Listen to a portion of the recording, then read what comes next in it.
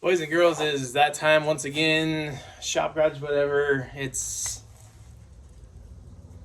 in a lot of things are going on. Things are happening, but it's time to get the Phoenix out of the garage. This is not going to be easy because it doesn't roll. So I gotta figure it out. We're gonna start working on it now. Enough.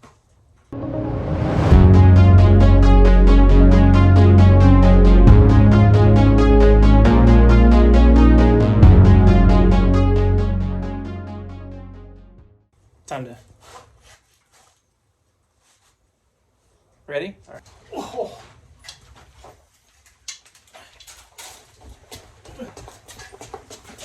It kind of rolls.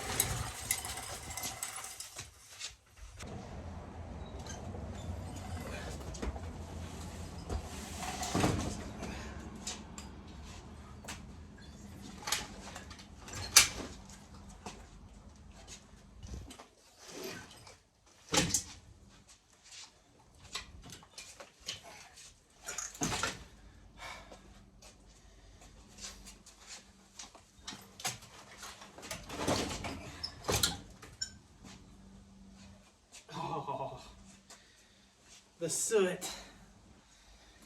The soot. Oh no. These are my school clothes. Oh.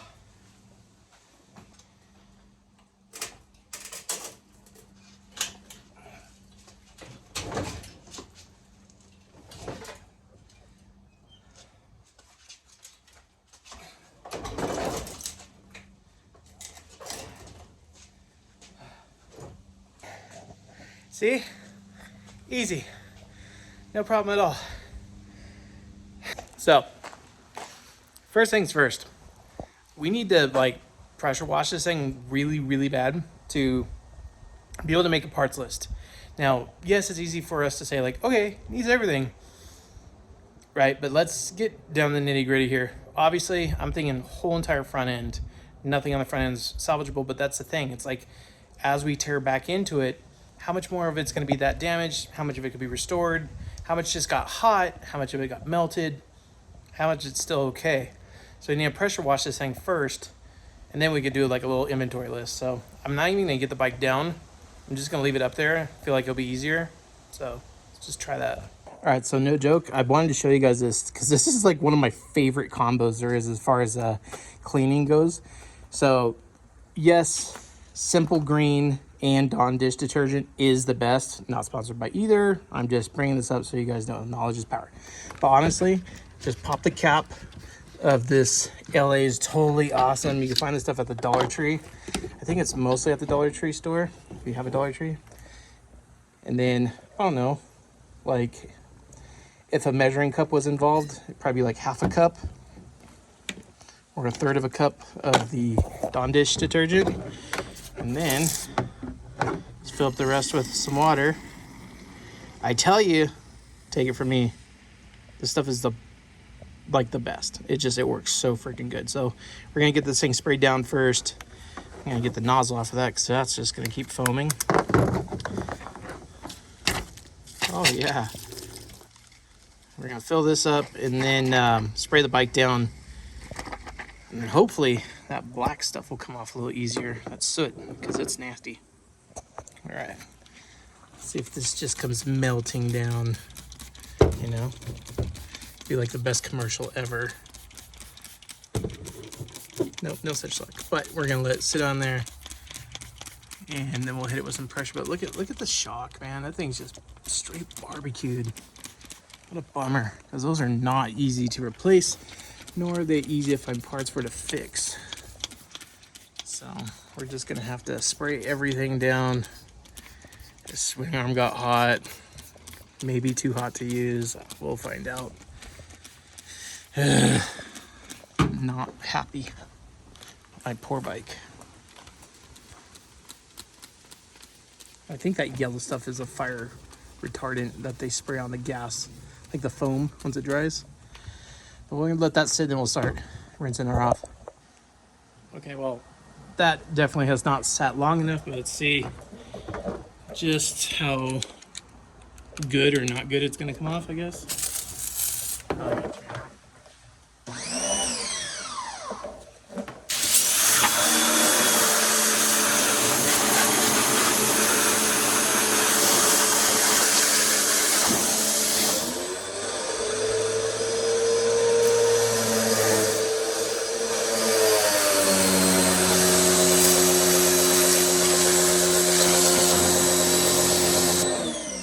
Sorry.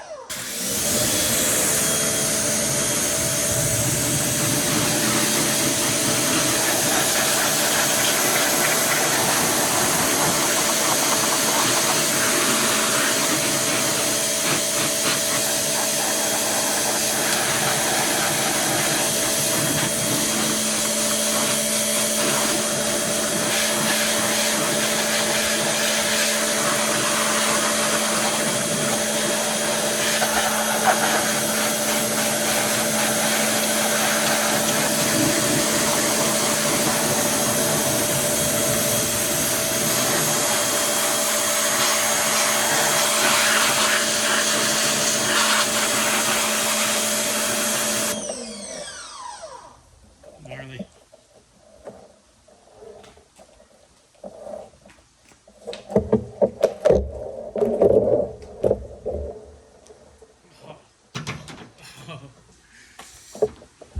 Let's take a look at what's coming out on the driveway right here. That's some black sooty water there.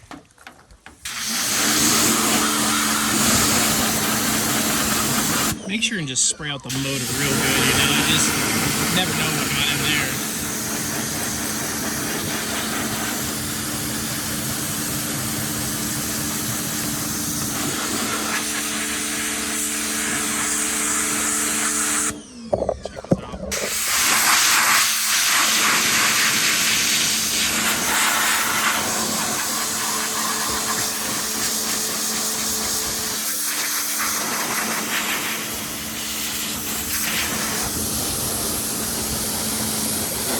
Rinse out the exhaust on these things, you know.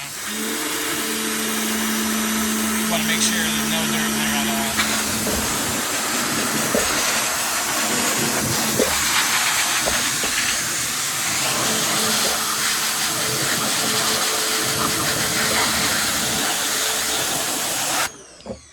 There's a lot of free copper wire on there now, huh?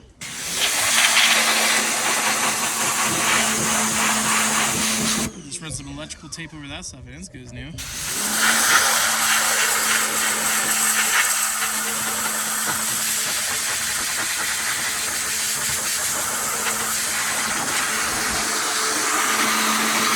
shop is actually coming out better than I thought.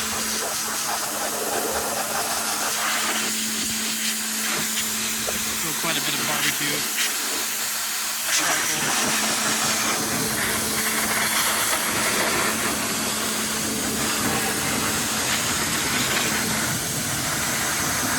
Hose out the stator good, you know.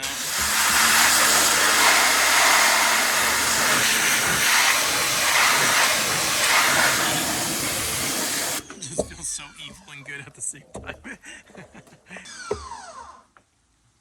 Yeah, that cleaner combo, I tell you, it works good.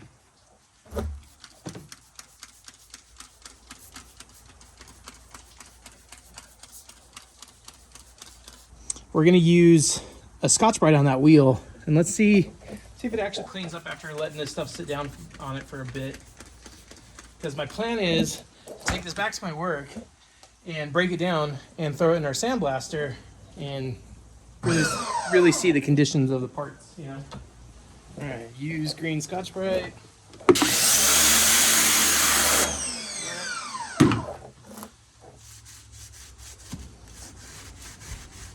Because like saving a rear wheel, believe it or not, like not so much the rim, but the hub would be so helpful in this situation. Yeah. Boy, these spokes got very loose somehow.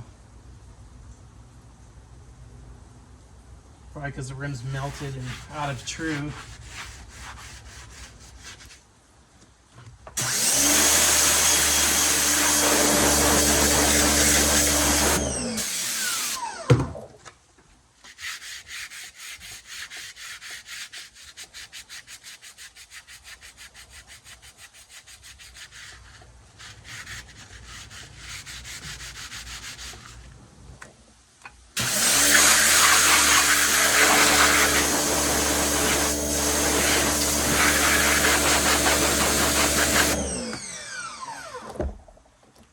I don't know, boys and girls.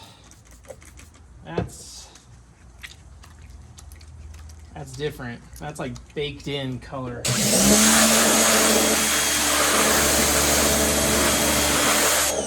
washing skin feels so good.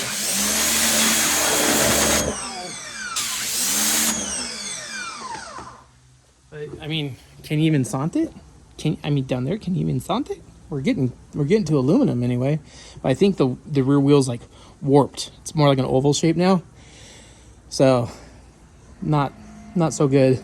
But I think if we get this thing over to my work, we start to break this thing down a little bit and throw things in the sandblaster, we can really tell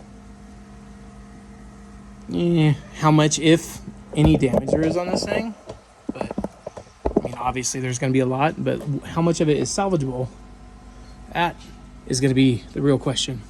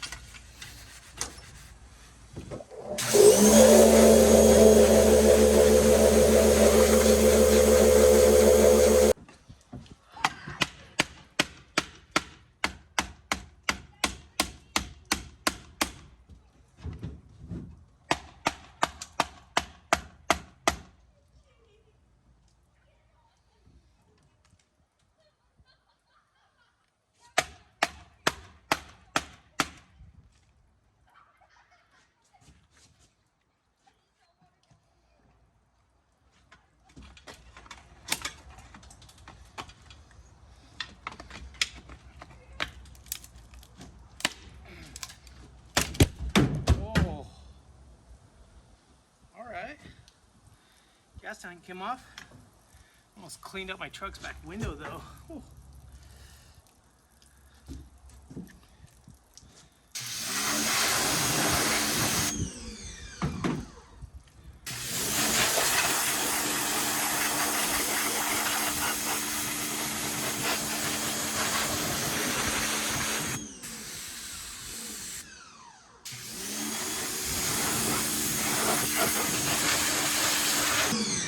What do you guys think? Would you try to fix this up? I think the more I get it cleaned, the not so bad it is. Like, obviously radiators need to be replaced. Yeah, the forks, triple clamps, front wheel, toast. Like, obviously toast. Subframe, toast. Not just figuratively speaking, like actually toast. Engine though, mostly not toast. Got hot, got burnt. I don't know how much of it's melted. She's definitely stuck internally though. And we could probably rinse it out and try to at least get through some of the crap out of it. The motor has to come apart anyway, it doesn't matter. But this, I mean, the mainframe might be okay. It might not. I might need to have it retempered. If it is okay, I might need to have it retempered. Interesting. Okay. I think that's good enough for now though.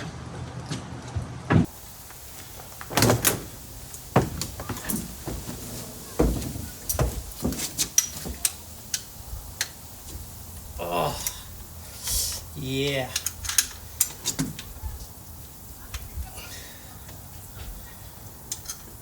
That's right. I hope these all come out. Burnt bolts don't come out very easy at all. You would think after heating it, that's been like a trick for years, you know, you heat the bolt before you get it out. Well, the whole thing's been hot. Does that count? Ladies and gentlemen, boys and girls, I bring you Kawasaki's first and only two-piece subframe.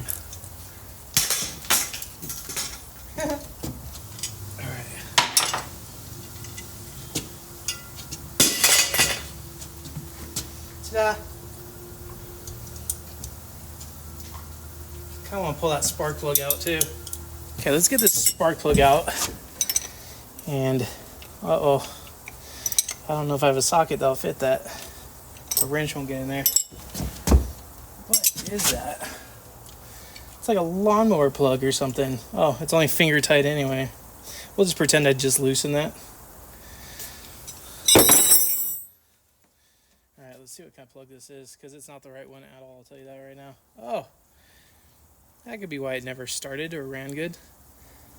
Yeah, it's like a literal lawnmower plug someone stuck in there. What an idiot. Now it spins over, but not very nicely. So let's purge her. You know what I'm saying? Put some fresh water in there. She just needs to be rinsed out, right? There we go.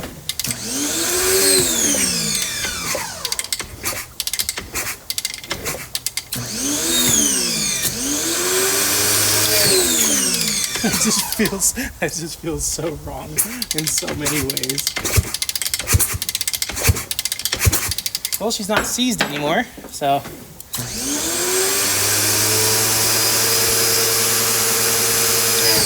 Rinsing her out definitely helped. It feels so bad. Have you guys ever rinsed out your engine before? Oh.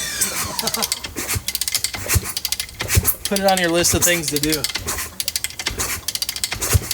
All right, that feels better. Now, we should get that motor apart as fast as possible to prevent any of the cylinder lining from rusting up.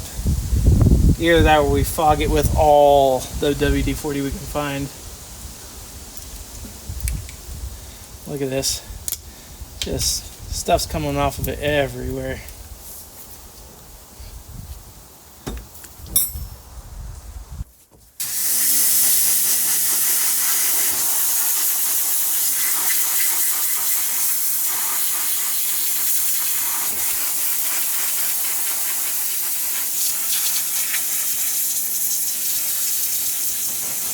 It's amazing that plastic knob for the shock didn't like fully melt away. Oh, it still kind of turns a little bit. That must mean it works perfect, huh?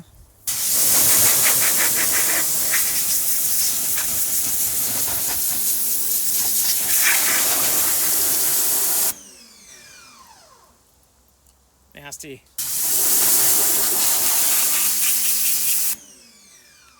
Look at the coil, all the wiring in here, it's all melted to each other now. Oh, this is still good. These things are actually hard to find too. I'm glad that's still okay.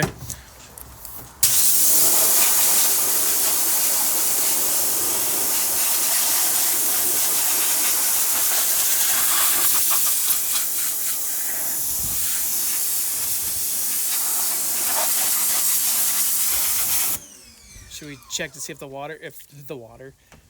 radiator holds any water? I'm guessing not.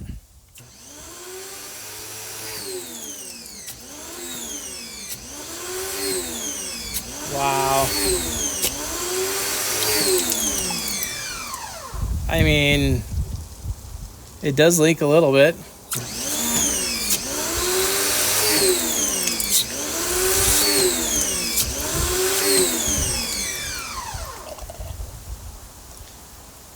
Yeah, she's got a leak from somewhere. I can't figure it out. Somewhere down here.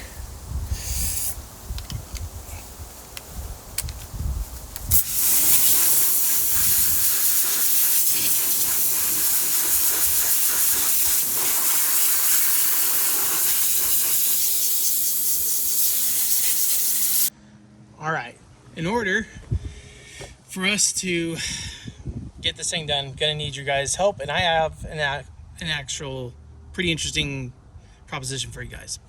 If you guys want to get involved on this and help, I will make sure when the bike is done and we get the final graphics kit on it, everyone who helps names is on this. If you guys want to get involved, great, fantastic. If you don't, that's completely fine. You just watching the videos is a lot of support, and I appreciate that. But let's start off with what we can see that we need, okay? First thing, and you guys make sure I'm putting it up in a list up here Might be kind of small because there's a lot of parts we got to get. But let's get a subframe on there. Airbox, chain slider, chain guard, flywheel cover, carburetor boot. They call it the nut, honestly. Like, of all the things, that part right there, that intake rubber boot, they actually call it a nut. But the intake boot, we need a whole hose kit. We need a radiator kit. We need a shock rebuild kit. I'm hoping that we could just revive that shock with new fluid and seals. You know, honestly, we'll have to see. TBD, TBD determined there. We're gonna need a seat, gas tank, plastic kit, front and rear brake hoses. I believe I could get those through Galfer, so I'm not gonna put that on the list. But we're gonna need all cables, so throttle cable, front brake cable, but the front brake cable we might need to wait because I am planning on adapting over a KX500 front end onto this from, I think it's an 89. It's the last year of the really good spring forks, conventional spring forks from Kawasaki, the 89 KX251. So I'm going to be looking for those forks. If you have those, I want them. And the best way you guys can get involved on this is to email me. I'll put my email right here. I've never in my life thrown out my email address for very good reason, but if you guys want to get involved on this, that's who you need to email, and that is going to be the absolute best way to get involved on this build.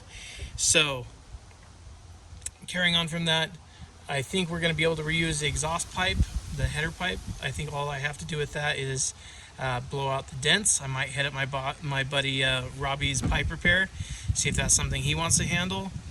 But I need a whole front end from an 89 KX250. Radiators, I said that, gas tank, seat, plastic kit. Don't worry about the engine stuff, guys. I'll take care of the engine stuff. I have, my homies over at Wasner. They always take care of me.